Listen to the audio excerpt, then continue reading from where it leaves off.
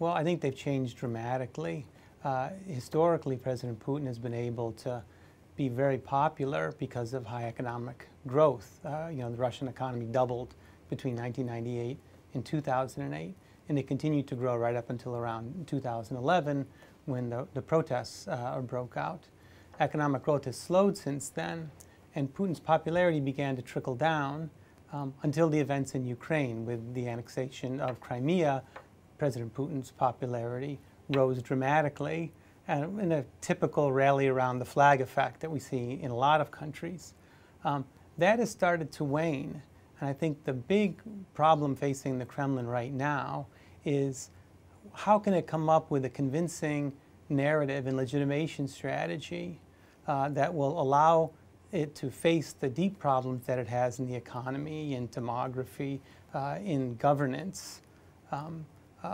That is not just an appeal to nationalism, which allows them to cover up a lot of those problems. I think it's important to recognize that domestic politics in both countries allow politicians to bear a very low cost for these bad relations. If you think about U.S. relations with China, where some of these same rivalry issues come into play, the economic stakes are so high that reason prevails in the end.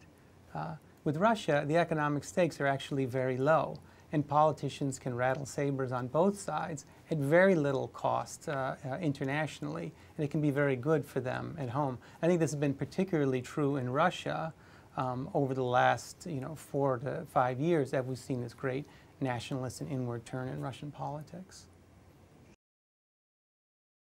If you think of Russia, it's too rich, it's too well educated, and it's too urban to be as corrupt and non-democratic as it is. So going forward, one might conjecture that the paths to a more European, a more open Russia are not closed off.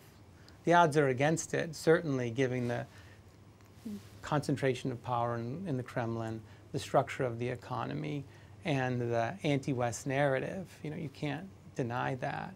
But I think it's also wrong to completely write off these prospects, given these other structural factors that would lead us to expect a more optimistic future for Russia.